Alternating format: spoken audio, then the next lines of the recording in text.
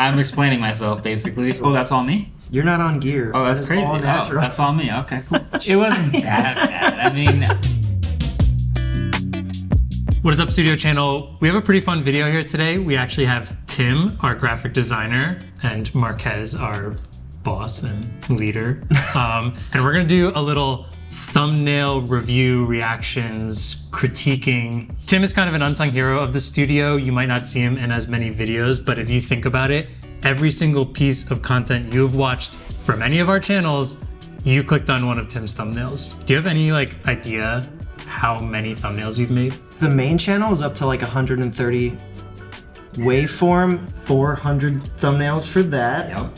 Plus, I think a more interesting number is actually how many impressions all of your work has gotten in the last probably, let's say, year. Just because every thumbnail gets seen on a recommended page somewhere as a little tiny image, but it gets shown on social media probably hundreds of millions of times.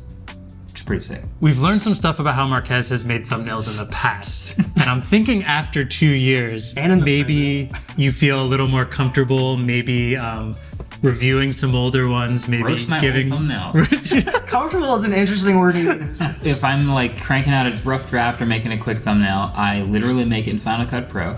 It's just what I'm most comfortable with, and there are, quite frankly, a lot of tools inside of Final Cut Pro to do things with color and layers and masking and stuff like that. Previously, I used GIMP, which is a pretty decent free software on Windows and Mac that sort of mimics a lot of Photoshop features. It's not as good as Photoshop, but I never really learned. You're like the painters that paint using Microsoft Paint and Excel. It's just please pick up a brush. It wasn't that bad. I mean, the point is, thumbnails are so small that most people see them either scrolling on their phone or passing by in a social media feed.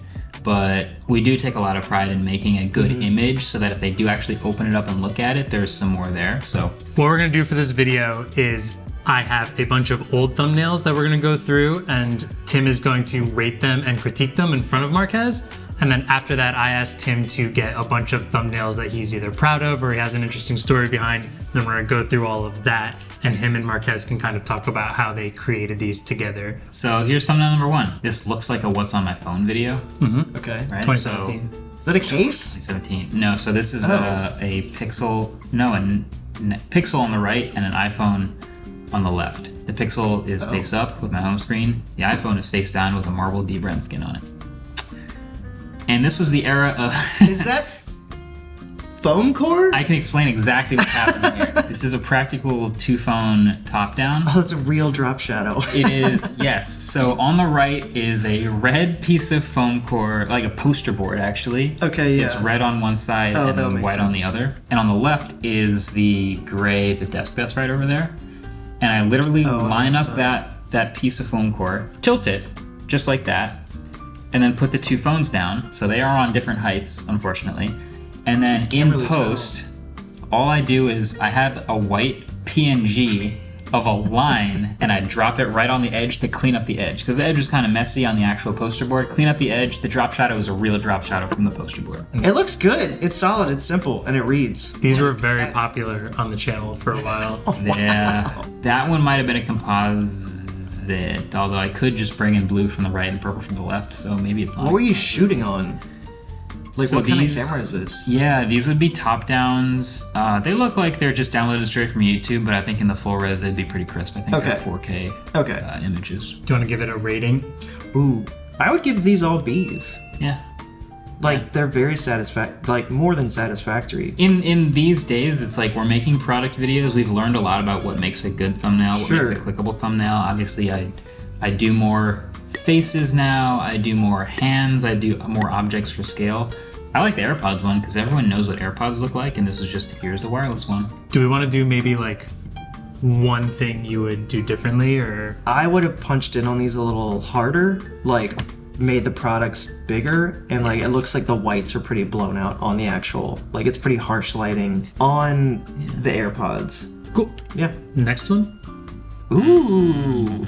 Oh, there's so many things about this that I like this one a lot. I like this one. This is a GIMP one for sure. I shouldn't have told you that. Just by looking at it, it's got to be S8 impressions. And the reason I know that is because in the background, I'm shooting up against like a purple wall which had an ad, which is why there's a giant S Pen back there. I was like, what is that? Yeah, that's just a part of the background I shot in front of. But I definitely went to this event, shot this. I got some reflection out of a window, which looks like a city skyline. It's kind of cool. Beautiful, yeah. Pretty sweet. It actually does a lot for that phone. The text, the way it overlays, is literally called overlay. And basically it gets darker when the luma's darker and lighter when the luma's lighter. Yeah. And I love doing that. I did the blend mode? The blend mode. I did that a lot in videos too, but I think it's very readable. I might crop differently if I did it again today, but I like that one. Well, what's great about this one is that, like, I feel like you could have gotten rid of the S Pen. Like, it works both with and without it, but it's, like, kind of a nice lead-in. And then it's funny, like, there's 3 things, and they get bigger as they progress towards the phone. I didn't even think about this. So there's, like, a nice, like, progression of like size a and Fibonacci scale. thing going on. Yeah. What rating would you give it, not knowing I made it in GIMP? I'd give this one a B+ or an A. I think this is definitely a step up from the last ones. Alright, I'm explaining myself, basically. First of all, this was a technically pretty good thumbnail. Because composition-wise, what I was trying to show in this thumbnail was 2 very important things. 1, this phone has a curved screen. 2, the back of this phone is self-healing. It's really hard to show something about the front of a phone and the back of the phone in the same thumbnail, but I do feel like I accomplished that by putting it on a table so you can see the curve and putting the knife on the back. The text, honestly, kind of unnecessary. I think that the title kind of did the work on this, but I still think it works here. There's like 2 different things for a thumbnail. There's like something that works really great as a thumbnail isn't necessarily like a beautiful image. And then things that are like a beautiful image don't do well as thumbnails. Like there is a balancing act that you have to do. It's like, yeah, if this were like a poster, this would look great, but it's not. If we did this video again in 2023, how this thumbnail would look, I think it would be similar. It would probably not have the text. It would probably be a colored background, and it would probably be tilted a little bit, probably some sort of like... Yeah. You'd probably tilt it so you can see a little bit of the back of the phone getting cut, something like that. But yeah, I don't know. That was a good... I would say that is a good composition from me, not a good edit. Yeah, it's a nice 1-point perspective. In 2023 terms, this is like a C-, but back in the day, this is like... I had it as a C. This is like a B for me. I picked a couple where you had to do a little more photo editing for the next couple ones, so we'll see how Tim likes these. Yeah, look at that outline. Yeah. For a long time in videos, I didn't even think about making a thumbnail.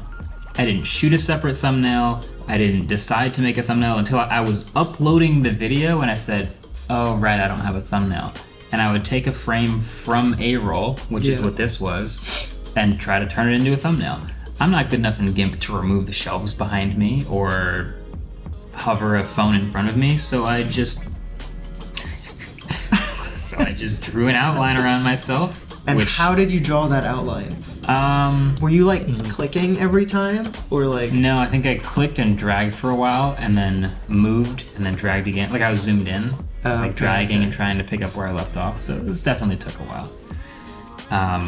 I would not call this a good thumbnail. Yeah, I'd give this one like a D. Yeah, same. All right, another edited one here. So okay, this is a couple things. This is explaining why the folds were breaking. This is probably okay. Now, I didn't have any photos or videos of my fold broken at the time. Unfortunately, mine broke, and then we lost the footage. That's a long story. It also is just a black screen when it's broken, so we had to make this seem broken, but still. Someone at The Verge at the time, they also had theirs break, but they actually got an image of it. But their break is only the white line that shows up in the middle and across the bottom. Oh, from their image. That's not the seam. That's... Yeah. Then I added the black pixels carving in from the side to make it more obvious in the thumbnail frame, and that's also kind of how mine looked as it was breaking. So A-roll frame side by side with edited fold. I think it's great. I mean, the wallpaper's, I think, pulling a lot of weight. I'd give this one a B+. I'm on board with that. I can get with that. All right, next one. All right. We've arrived at Final Cut Pro thumbnails. I've been waiting. Yeah. I don't hate this one. So, one thing you said about monochromatic earlier, I do really like highlighting things with punchy color in a monochromatic area. I was attempting to do that here. I don't know if I was successful, but basically, this is, I think, my first impressions video of AirPods when they just got announced. Is that right? Oh, no, this is the review. Yeah, this is the review. This is a review, yeah. And so I'm wearing them. I'm in the middle of the frame, but I'm in the middle of the studio, and there's kind of a lot going on behind me, so I just desaturated the entire background. And then for a little extra pop, I just have random shapes in the same plane behind me. Yeah, this is the salt. This is the Salt Bay Salt confetti. Bay, exactly. Everything's monochrome except for that very red chair. I tried. You know, Final Cut doesn't have the best color selection tools, but I could have done better there. How hard is it to select? Because I know nothing about Final Cut. You can select, but like, I just didn't. Okay. Would you change anything about this? Okay, if we were to completely redo this video and decide to make a thumbnail, I would keep the same me in the middle with this whole setup, but the background would be almost nothing behind me. It could be like a room, it could be an empty room, it could be a wall. Just to keep it simple for the eyes in a small thumbnail form, I think it would be much simpler. Yeah. A for effort, but I'm giving myself C+ here. I'm in the C territory because there's like compositional things that I would fix, and then also the confetti like does not communicate noise isolation to me. Yeah. That's all the old thumbnails I have. Okay. I asked Tim to give me a bunch of different things that he's either proud of that he's done or ones that he finds interesting, so I think we're gonna hop into Tim's stuff. So let's start with your first ever thumbnail that you made for the channel. I should try to explain how I would do this in Final Cut. Each of yours, I'm going to tell you how I would have failed at doing this in Final Cut. Go for it. So this is the M1 iPad Pro. Yeah. An iPad looks the same on the front year after year after year. So how do we just give some people an idea that this is the M1 iPad Pro? Oh, okay. Put the M1 on the screen, and it's faster. So how do we make it look faster?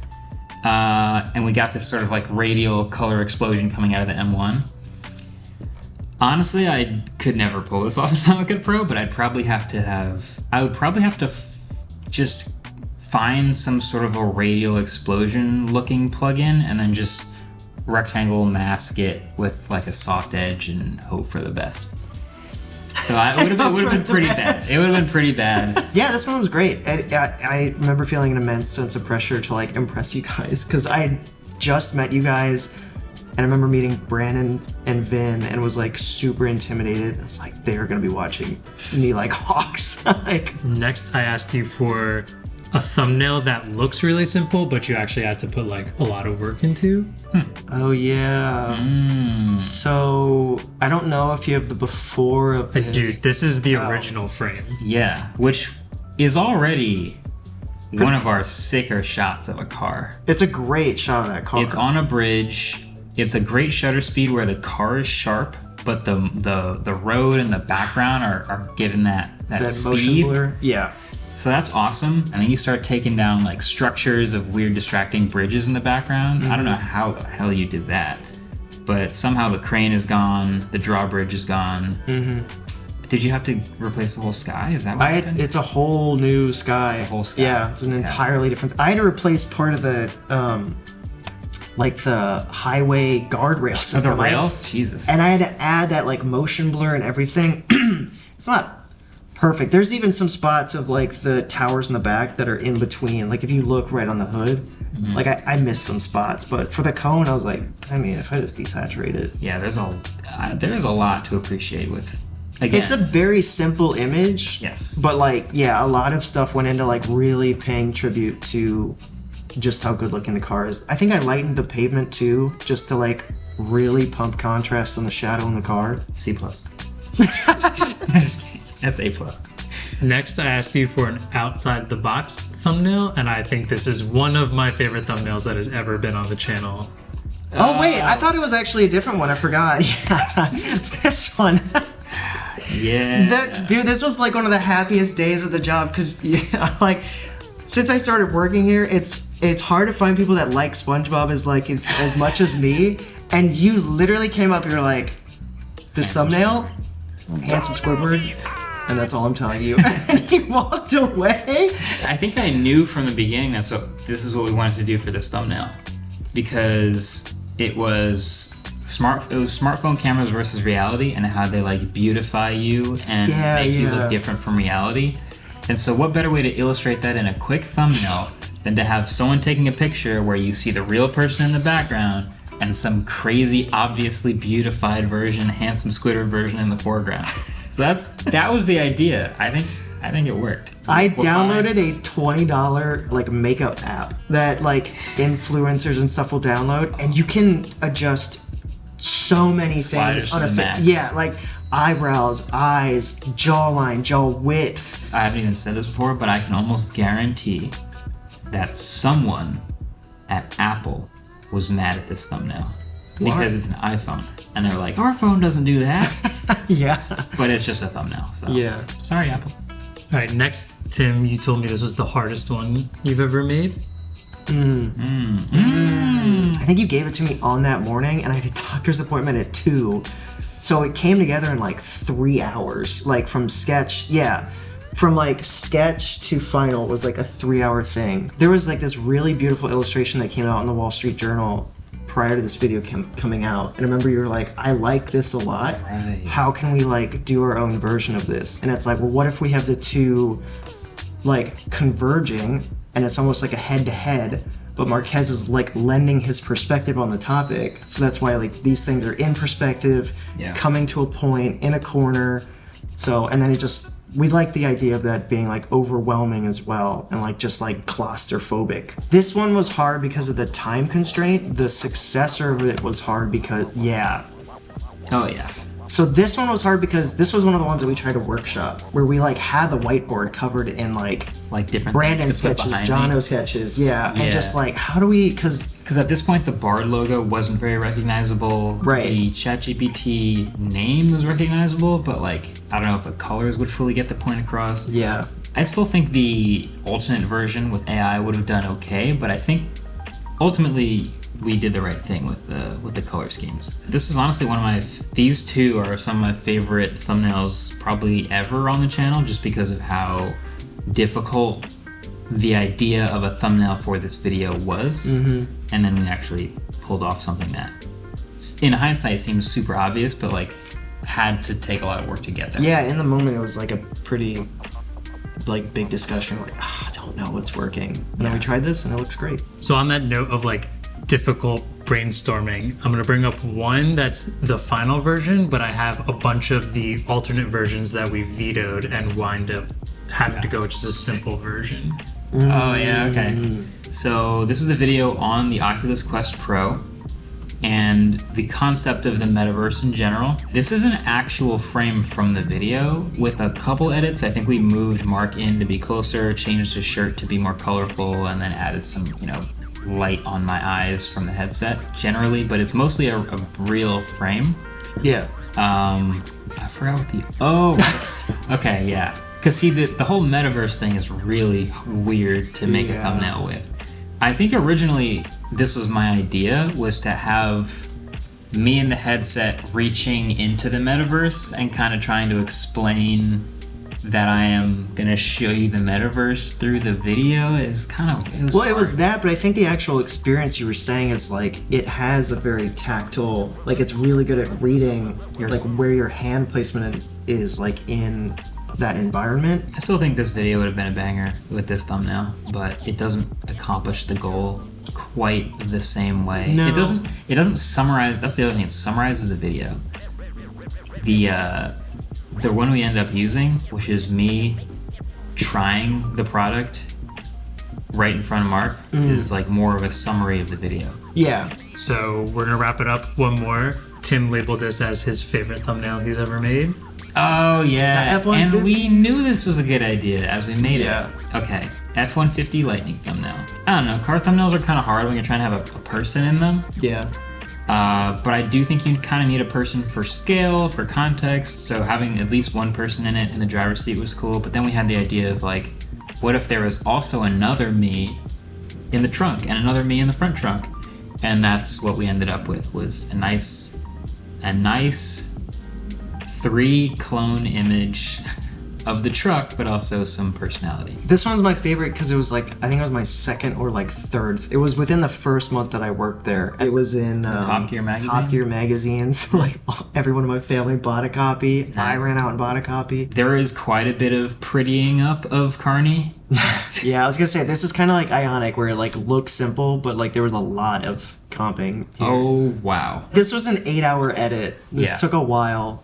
And like I still think there's things that could be better about it too. Like I think I could have brought you up a little bit, like because you're backlit, you're a little dark. Like I don't know if we had a bounce on you, but just something to like bring up the exposure on you a little bit. Probably also do something fun with the headlights or something, but like Yeah, we generally here. This is cars have their own sort of personality, but having the person actually in the car driving also be interesting in the same thumbnail is not often succeeded on YouTube. So I felt so like affirmed being here after it landed in Top Gear, and everyone was happy about it. Like it made me feel like $1 million.